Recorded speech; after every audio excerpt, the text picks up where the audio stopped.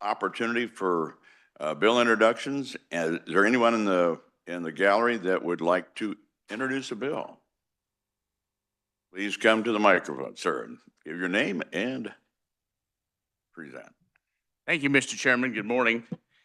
I'm Representative Ken Rogers in the 110th District. I would like to ask for introduction of draft RS 0708. That is a bill dealing with publications. RS 0708? Yes. Okay. Right. Without objection, that it will be introduced. Madam Minority Member. Thank you, Mr. Chair. I have two bills to introduce this morning. The first is 25 RS 0402, which returns to local control the decision whether or not to sell firearms on city property.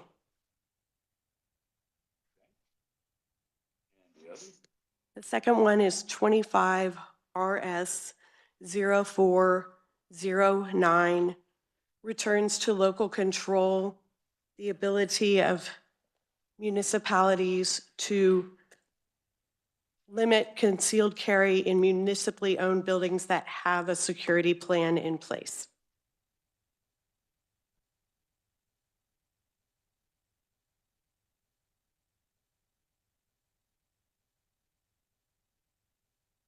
I'm going to get the microphone. Without objection, those will be introduced. Thank you, ma'am. Are there other bills that someone would like to introduce to this committee? We have a couple of more days, working days, to be able to receive those, about 2, maybe 3. And so keep that in mind if you have some by Monday, the first Monday in February. And thank you. We will move on to our main feature today. Our main feature is our guest speaker, Jay Hall, represents the Kansas Association of Counties, and get another perspective. Thank you, Jay. Thank you, Mr. Chair and members of the committee. I am Jay Hall, the Deputy Director and General Counsel for the Kansas Association of Counties. And we are happy to be here today to talk to you about the association as well as some of our priorities that we have legislatively here this year. The association has been around for about 40 years, or about 50 years actually. This is our 50th anniversary this year. So we are excited about that. Last week we had Local Government Day, and I want to thank any of the committee members that attended Local Government Day. I got a chance to talk to several of you at Local Government Day. If I missed you, I apologize, but we were happy to host you for Local Government Day. I'd also like to mention County Day at the Capitol is coming up on February the 6th. And so I want to make sure that you are aware of that. I also apologize. Our Executive Director, Bruce Cladney, was called away on other matters, and so he could not get here today. But I am happy to be here with you to present. Oh, there we go.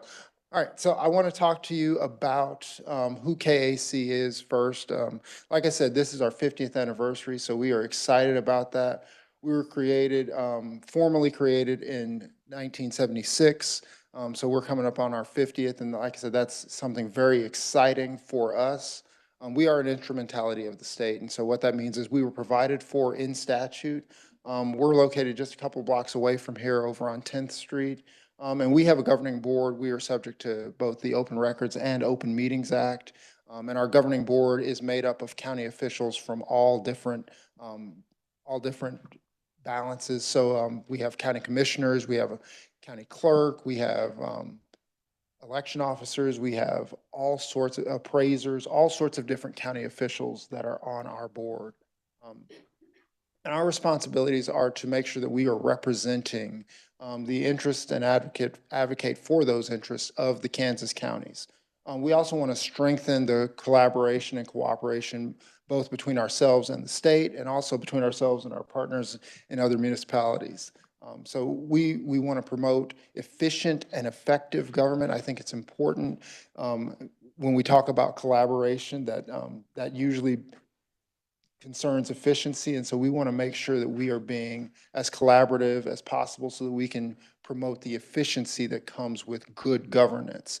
We also do a lot of research and technical assistance for our members.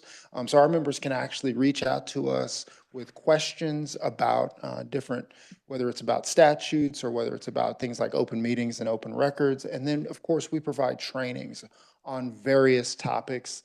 We do budget workshops, we do trainings on CORA and COMA, we do trainings on all sorts of other things. Cybersecurity is something that has become very important that we do a lot of trainings on now. So we do a lot of different things to, again, help promote efficient and effective government at the local level. We currently have 101 members. We have a handful of counties that are not members right now, although this year, 2025, we've got a couple of those counties that are not members that have talked to us about maybe coming back to the association. So that's something that is exciting for us, that they've seen the value of our trainings and our technical assistance and are considering coming back to our association. As I mentioned, we have a lot of different entities that work with us, and all of these entities are members of our board. So we have, as you see the list there, of different entities that are members of our board, and they all sit on our board and provide us with guidance and oversee our operations.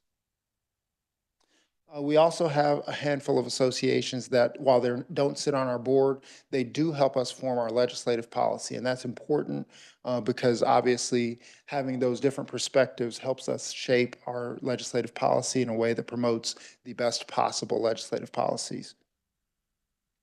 And so now I want to talk to you about the responsibilities of county government. And this is something that's important to us because obviously we have a lot of different things that are required of counties as the administrative arm of the state to provide different services for the people that live within our jurisdictions.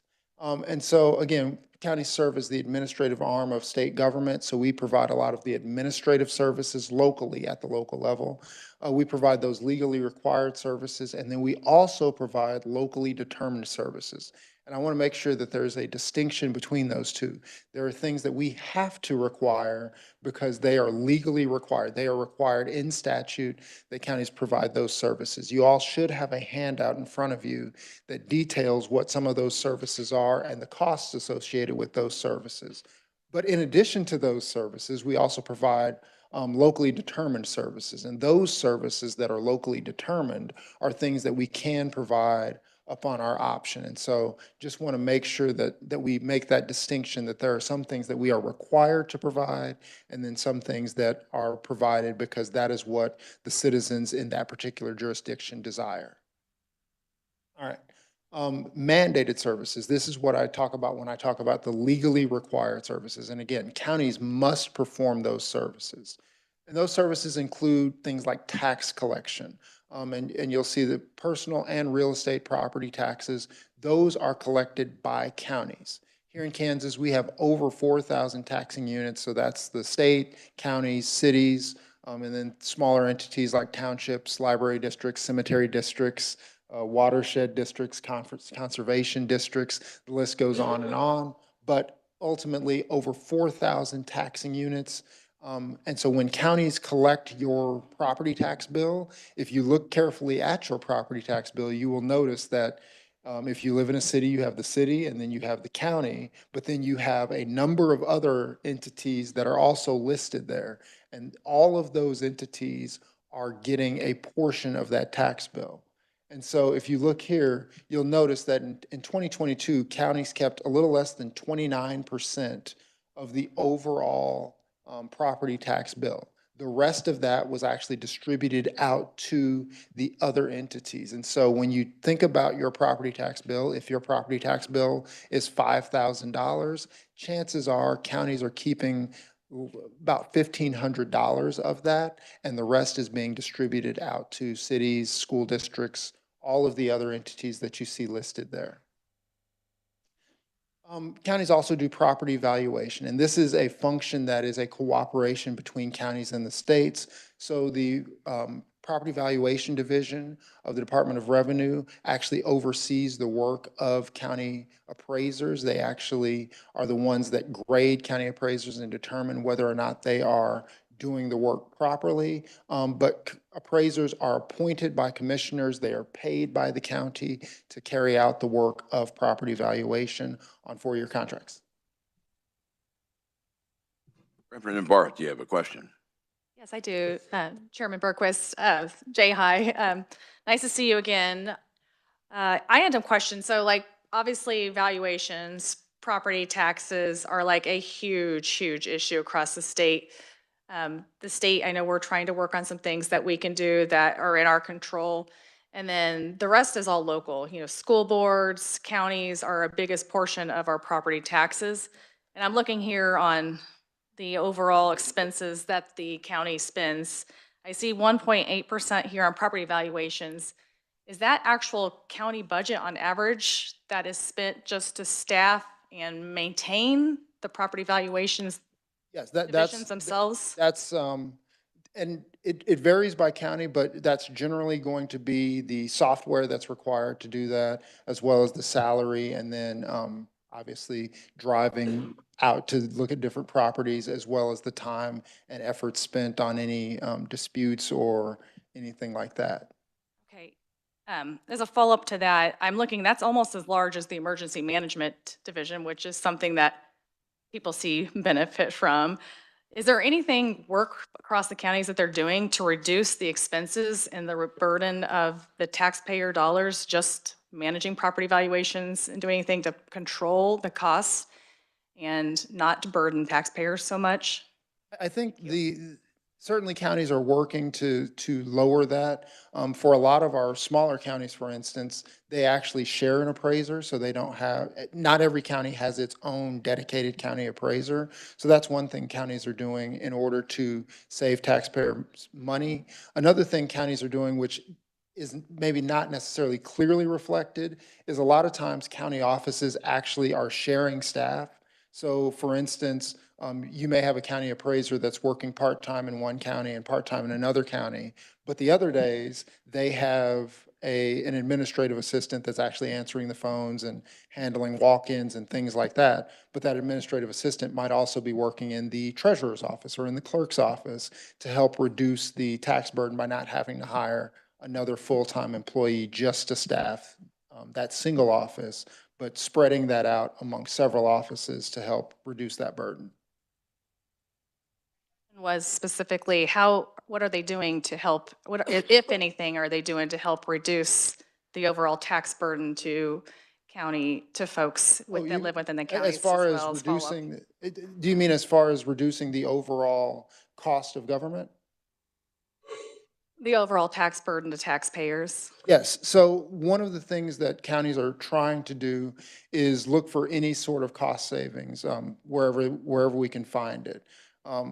Unfortunately, and I'll talk about it later in this presentation, one of the struggles is that as market participants, the cost of employees, for example, is not a static cost for counties. And so we try to be not necessarily, obviously counties aren't going to be the highest paying employer, but it's also pretty tough if you're the lowest paying employer, because then all you're doing is essentially training your employees to work for other people when they decide to leave. So it's one of those things that counties are trying to strike a balance of not being a high cost to taxpayers, but also still providing the required services. Thank you. And if you'll go ahead and proceed, and you can get your presentation, and we'll get some questions for you at the end. Certainly. Again, counties are also responsible for administering elections, and one of the important things when you administer elections is equipment. That's probably one of the higher costs when it comes to administering elections, is just purchasing and maintaining the equipment. But they also are responsible for securing the poll sites and the poll workers to help carry out safe and secure elections.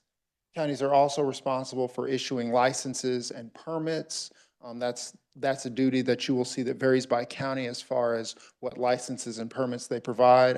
Typically, those are things like, some counties provide the driver's license entities, some provide obviously marriage license, hunting and fishing licenses. Counties that are zoned often provide building permits as well. Maintaining land records, and that's through our Register of Deeds as well as through the GIS system. Those are two things that counties do to provide or to maintain land records, accurate land records throughout the state. We also provide the facilities and the equipment for the judiciary, so district courts. Obviously, that's a state function, the court system itself, but the facilities and equipment for judicial districts are provided locally by the counties. That's why you see in the county courthouse, they often have the courts, and then they'll have all of the administrative staff with their equipment and things like that. And counties provide that as well as the payroll for the staff.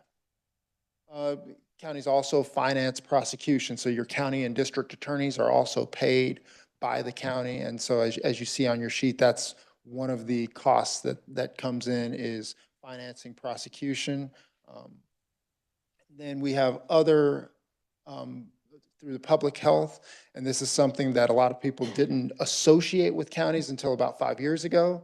But this is something that is a function. But beyond just disease investigation, we also do the rabies control, immunizations. Water quality is something that counties do that often gets overlooked, but is a responsibility of counties as well. We also provide mental health services, and usually this is in a partnership with the associations of mental health. And so we do a lot of work with them and have contracts with them throughout the state to provide those services locally. Counties also provide emergency management, which has already been mentioned, but counties are the first responders. So when there is fire, flood, tornado, any of those types of emergencies, counties are the ones that are on the ground coordinating those responses.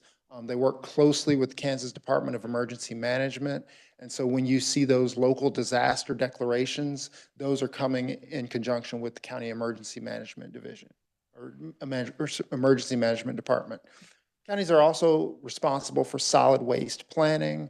I always mention when I come to this slide that landfills is something that is it's a quiet issue right now, but it's something that is going to continue to be an issue because landfills are notoriously expensive and difficult to close. They are also very, very difficult to site a new landfill.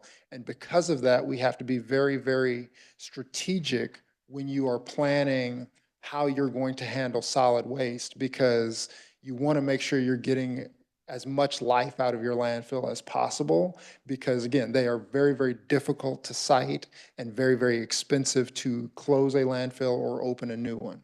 And that's something that, again, getting back to Representative Barth's question and trying to control costs, avoiding having to open a new landfill or close an old landfill is one big way you can help control costs. Jails.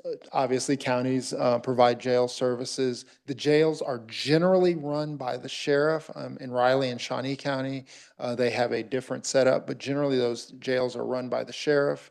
And along with jails, you also have inmate medical expenses that are included in there. That's a cost that unfortunately counties don't have a lot of control over because a lot of our jailed population isn't very healthy. And so there are times where we will have individuals in the jails that will be sick or that will have a heart attack or something like that. And those costs fall back on the county. And so that's something that counties struggle to control, but we try to budget for it and estimate for it so that we don't overburden our taxpayers. Noxious weed eradication. This is something that they provide the control on public land. They also provide the chemicals to control noxious weeds to private individuals within the county. So they are responsible for making sure that those things are taken care of locally. And then transportation. This is something that is obviously very big because counties often provide the last mile of services when it comes to road and bridge. So we often think of cities and having the roads and interstate highways and all of those kinds of things, but often the last mile to get the farm to table and all of those kinds of things, those are county roads. And 80% of the centerline roads here in Kansas are maintained by counties. Now, most of those roads are unpaved, but still, 80% of the miles here in Kansas are provided for by counties, and about 75% of the bridges are provided, are maintained by counties. And here's just a quick breakdown of that. As you see, county roads are predominantly unpaved roads, but these are the roads that get to the farms and the oil wells and things like that. And so those are important road miles, even though they may not have a lot of traffic. The traffic that they do have is the traffic that's bringing the goods from the farm or transporting equipment to the oil and gas wells. So those are important miles, even though those are not necessarily heavily trafficked miles. And then I mentioned locally determined services. This is the part of the budget that counties do have a lot of control over. They obviously can control their budgets a little bit more because these are services that they can provide if they are desired by their local taxpayers, but they don't have to provide by statute. So things like parks, zoos, museums, and other cultural facilities, those are things that are not required. Those are things that generally are provided only if there is interest locally for those things. Planning and zoning, utilities, various medical services, all of those things are locally determined. And so they are not necessarily required, but they are there if the citizens of that county want those services, the county can provide them. All right, and so let's talk quickly about some of the priorities that KAC has this year before we get into the questions. Our guiding principle is local control, because local control is important, local control matters. I often remind people that the thing with local control is that if you are a county commissioner or you're a county clerk or you're the county appraiser, chances are you live in or near your community that you're working in. And so when particularly if you're a county commissioner, you live right there. People know where you live, and they can often, they may spot you at the grocery store, and if they don't like what's going on, they may have a conversation with you about what's going on because they see you right there. You're right there in their community, going to church and dropping your kids or grandkids off at school and going to ball games and all of those sorts of things. So you're right there in the community. And so because our local officials face their constituents every day, they have their finger on the pulse of what's going on in their community oftentimes. And so that's why local control is so important, because they live in that community. They're facing those issues every single day. The first thing I want to talk about as far as priorities this year is you heard Representative Rogers introduce a bill today about notifications and publications. And the reason that we introduced that bill is not to get away from newspapers necessarily, but a way to provide more options to make sure that the public is actually receiving these notices. As circulation of newspapers is dwindling, we want to make sure that our notifications are getting out to the public. And a lot of people now use the internet for news. They have different sites that they'll go to consistently to get their information. And so it only makes sense that counties be able to provide that information and about public notices on the internet as an official notice, so that they be able to get that news to the widest possible section of the population living within their county. We also want to make sure, again, getting back to reducing the reliance on property taxes and reducing the burden on our property taxpayers, we want to decrease our reliance on property taxes for those legally required services.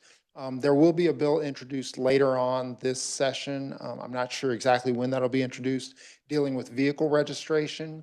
Right now, most counties are supplementing the cost of vehicle registration in their county with property tax dollars. So that is to say that the fees that are collected for vehicle registration do not cover the cost of that program. And so as a result, property tax dollars are being used to supplement that and provide that state mandated services. You see the same type of thing when we talk about land records.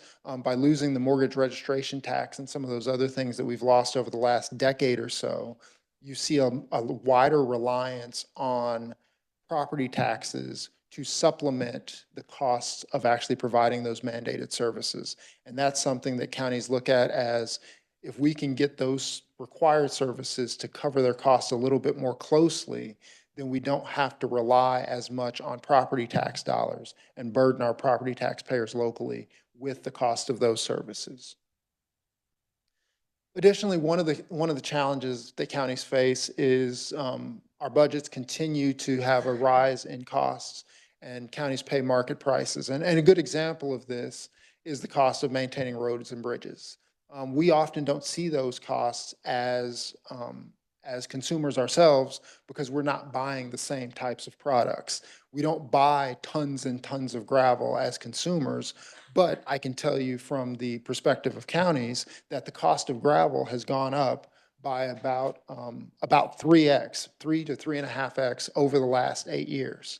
What that means is that, you remember, about 87% of county roads are unpaved. So we use a lot of gravel to maintain county roads.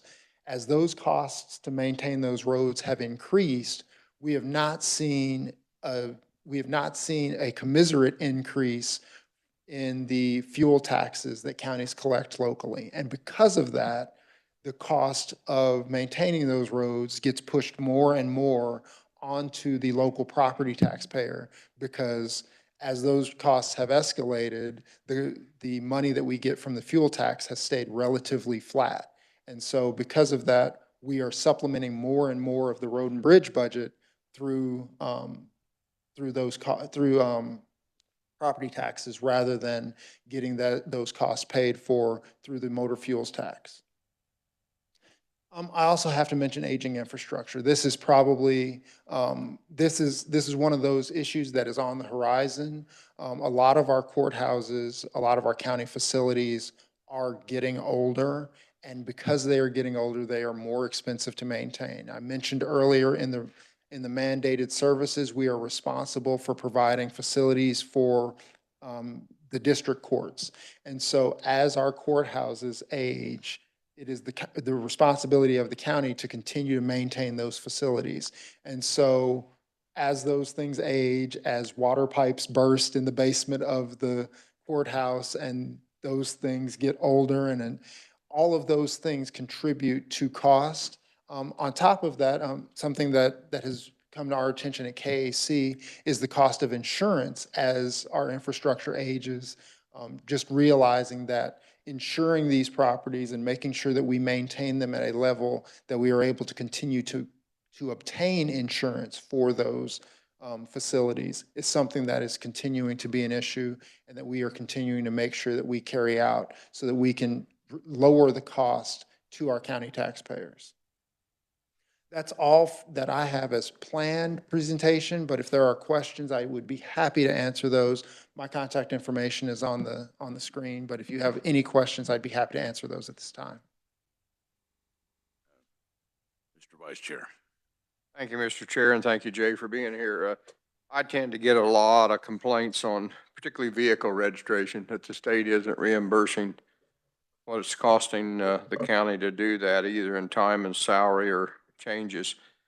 What is a good solution? I mean, we talk about federal mandates, we talk about state unfunded mandates, but however, the bulk of the services that you're providing for that are maybe required are to county residents, which you have a responsibility as county governments to deal with that. And I know property tax is a huge issue. How many counties have a sales tax? Is that an option to maybe offset that property tax, or what's a recommendation on how to get rid of those things? Because I don't think that the state's going to be able just to reimburse everything with the change, and everybody's dealing with inflation. I know our counties was paying $4 or $5 a ton for rock, and now it's up around 8 or 9, which is huge. I mean, everybody has to deal with that inflation. I mean, but yeah, property taxes are the big gripe. Yeah, so I'll answer that question this way. So counties are providing those services to our local residents as required by the state. The challenge that we have in making sure that we provide those services is that we can't opt out of those services. I remember here in Shawnee County, when I first moved here, if you wanted to register your vehicle here in Shawnee County, you needed to take the day off work. I'll just put it that way. You probably needed to take the day off work because it was going to take you 3 to 3.5 hours to get your vehicle registered here in Shawnee County. And everybody here in Shawnee County hated that. We got a new treasurer that opened an annex that obviously cost a little bit more money, but magically now you can get your vehicle registered here in Shawnee County in about 20 to 30 minutes. Everybody loves that. That you don't actually, you can do that over your lunch break instead of spending literally the entire morning trying to get your vehicle registered. And that's a difficult trade-off because it's more expensive, which nobody likes, but nobody wants to wait 4 hours to get their, 3 or 4 hours to get their vehicle registered. And so counties have to strike somewhat of a balance between those two things of how much time should it take to provide these services versus are we providing those services adequately? That's a big question that we have to ask. As to the sales tax portion of this, I think if I remember correctly, about 90 counties have sales tax. And obviously, the sales tax collections vary widely by county. What you're collecting in sales tax in Johnson County is going to be much, much different than what you're collecting in a lot of our other counties. I would also point out that even within your counties, where that sales tax is coming from varies widely. If you're in the Kansas City metro area, you may be collecting sales tax not just from your own residents, but from out-of-state residents, from folks from Missouri that happen to drive over and pay that sales tax. If you're in one of our more centralized hubs out in the central or western part of the state where you have residents from other counties that drive into your locality to shop, you may be collecting sales tax not just from your own county residents, but also from residents from other counties that have come into your community to shop, but don't actually live there in your community. So sales tax helps offset, but it doesn't help offset everywhere at the same rate because you may be collecting sales tax from your own residents, or you may be collecting a greater share of the regional sales tax than you actually would otherwise. Thank you, Mr. Chair. Someone else. Representative Pishney? Mr. Chair, I appreciate you allowing me to speak, and as one of my former commissioners has done in the past, you may want to put the clock on me. I have a couple questions and then a comment or two, if I could, please.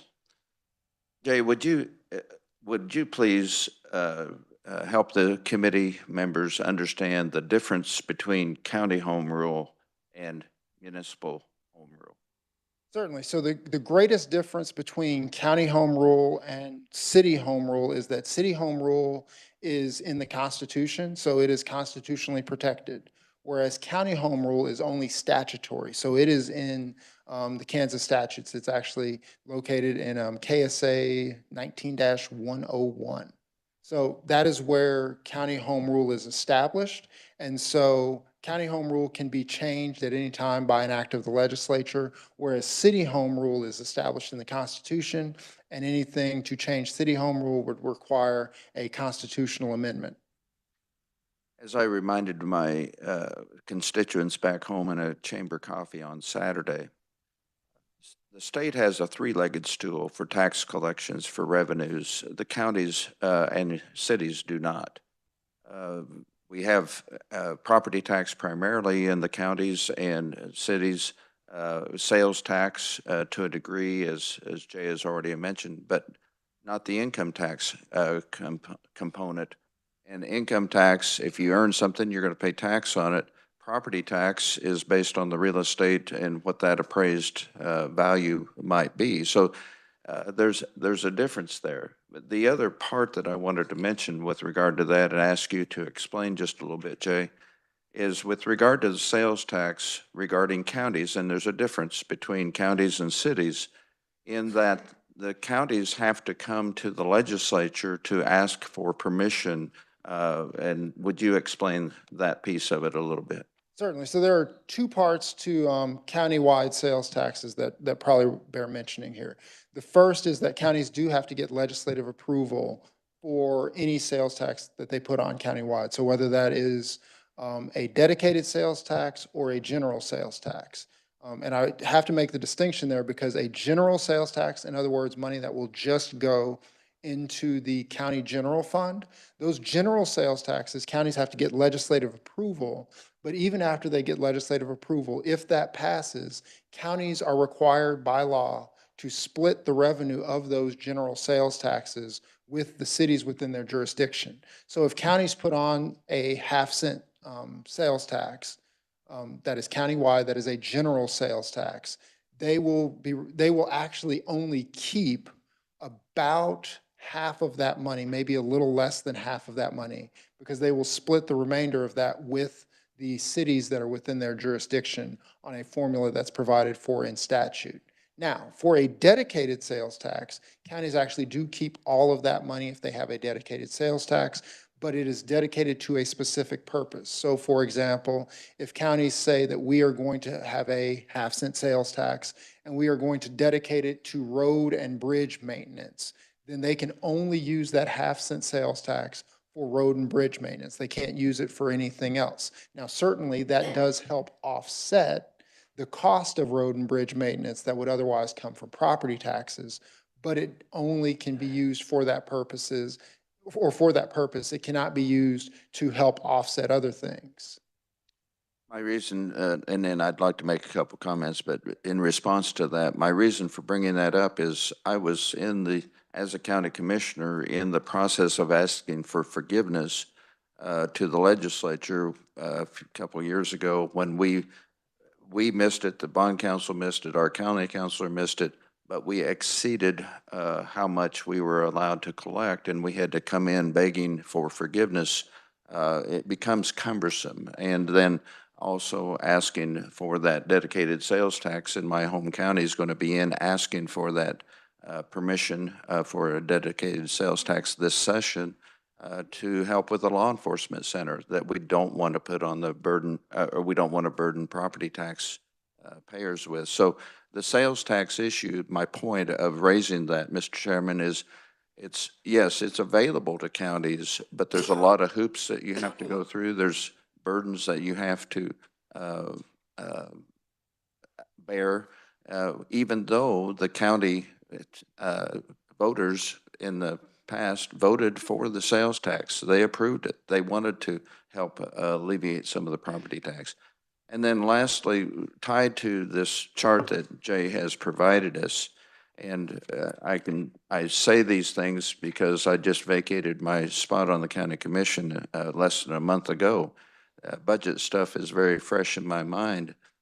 These are mandated services from the state, but yet the local taxpayers are having to bear that cost. And to my colleague's point about efficiencies, we were presented with a 27% increase in property and casualty insurance for the county. We were trying to give our county employees at least a 5% raise, and we've reduced, back in my home county, the road and bridge or public works from 50 down to 35 employees, and we can't maintain the roads with 35 employees.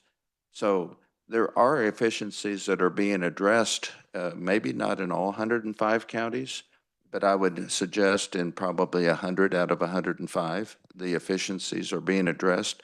But when you talk about the gravel costs, the cost of personnel, insurance costs with the fires recently and the hurricanes, they're just going to continue to go up. So it's hard for the counties to be efficient, even with the mandated services, before the desired services that the residents would like. So thank you, Mr. Chairman. I appreciate your indulgence. Thank you, sir. Representative Page.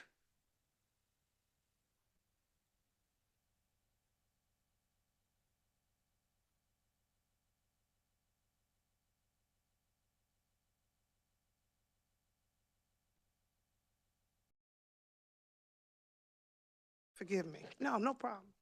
But we're struggling trying to figure out how to come up with monies to reduce the property tax. But it's always a catch-22. And myself and a few others are trying to propose what Kansas City, Missouri has with the earner's tax. What's your view on that? So again, and I appreciate that, Representative Page. My parents actually live in your district, so I am acutely familiar with the concerns that you express.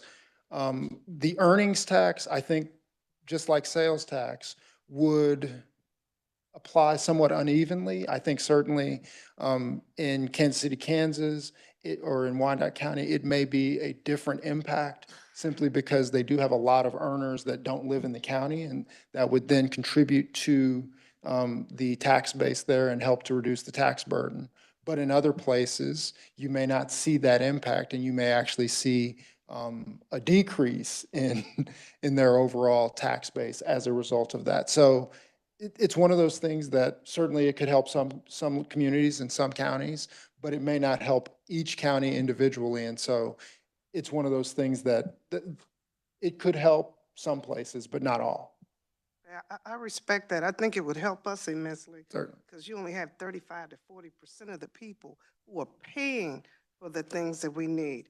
And we're struggling because they're trying to pay their taxes and repair their homes, and you're constantly in a catch-22. So, and again, you're right, it varies from area to area, but it has killed us because we don't have enough people paying into the system. The other thing that I would mention is when, particularly for Wyandotte County, when the machinery tax went away about 15, 16 years ago, that was an enormous impact on Wyandotte County because the Fairfax area in Wyandotte County, a lot of that property went off the rolls because of the machinery tax. And so that placed a higher burden on the residential property taxpayer.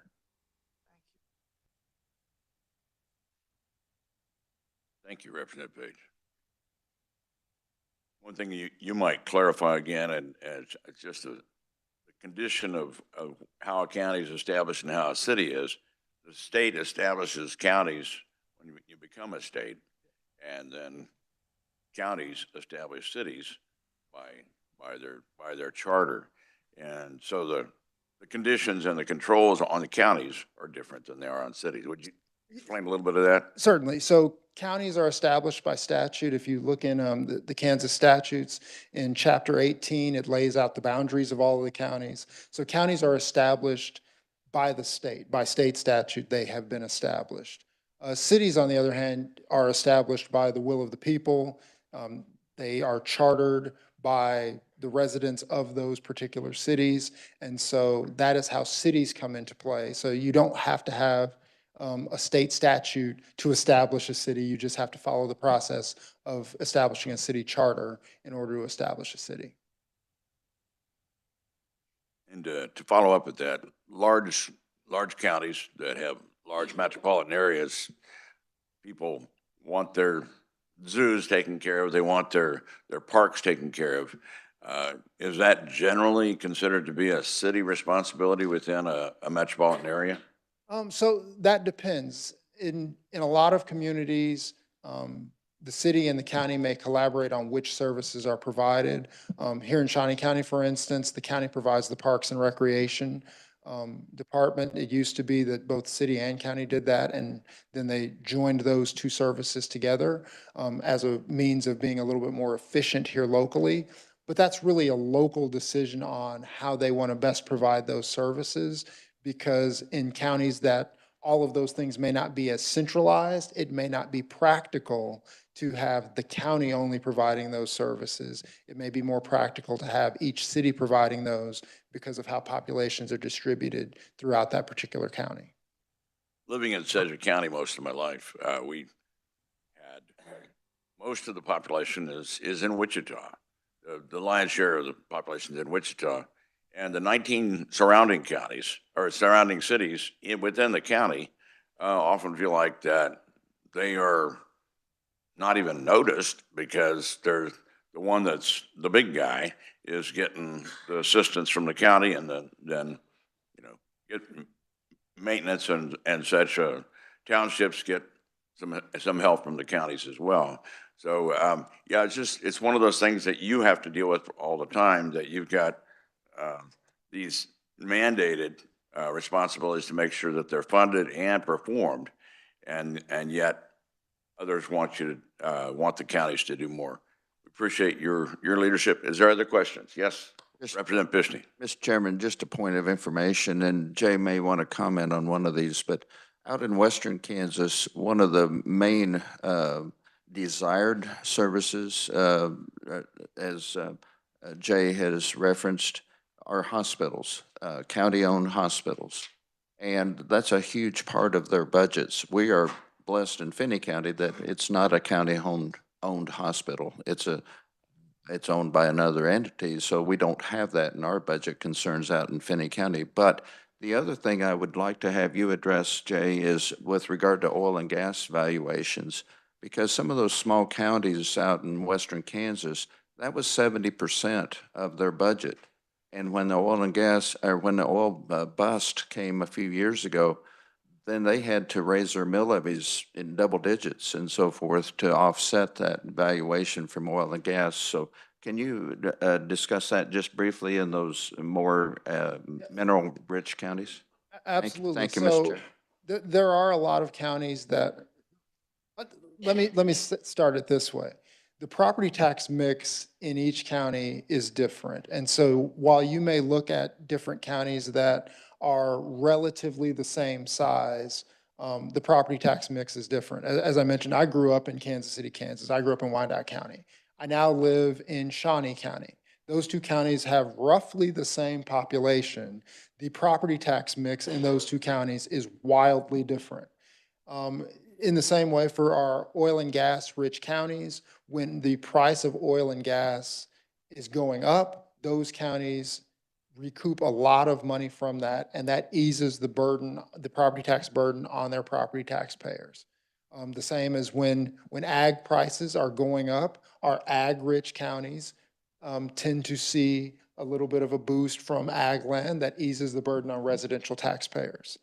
The other side of that coin, however, is that when we see a decline in those industries, the residential property taxpayers see an increase in their tax burden because there is a shift away from the valuation of the oil and gas wells or from the ag property back onto residential property because the valuation of the oil and gas or the ag is declining, and that means more of the tax burden shifts to residential, whereas when those prices are going up and up and up, the burden shifts more onto the oil and gas or the ag and away from the residential. So it's one of those things that it's a little bit like a seesaw. It shifts one way or the other, depending on how those prices are rising.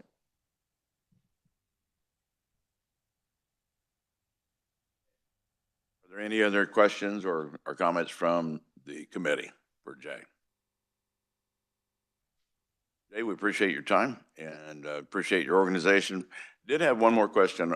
Of the members of your organization, of your board, are the members of those individual discipline organizations, are they presented to the board by that organization themselves, or do you choose them? They are presented by the organization. So for example, the individual that represents the County Clerks Association would be selected by the County Clerks Association and sent to serve on our board. The member that is selected from the County Counselors Association would be selected by that board and sent to our organization and so on. So that's how our board is selected. We actually don't select any of those members. The board itself, we do have a rural designee and an urban designee. So a rural designee for populations smaller than 70,000 and an urban designee for populations above 70,000. Those are selected by the board themselves. So our staff doesn't select those individuals. The board actually selects those. You have anything else for us today? No, I do not have anything else unless there are other questions. Thank you for your time. Thanks for the information. Thank you. Great day. I will give one more opportunity for any bill introductions. Is there any bill introductions to be presented? Okay, not seeing any. We will meet again on Wednesday. On Wednesday, we'll be having a hearing on 2053 or 2025. That was not even close. All right, 2025. And so if you have people that are interested in that, we have a few seats in the gallery and they're not reserved. They're first come, first served. So thank you, committee, and we'll see you on Wednesday morning.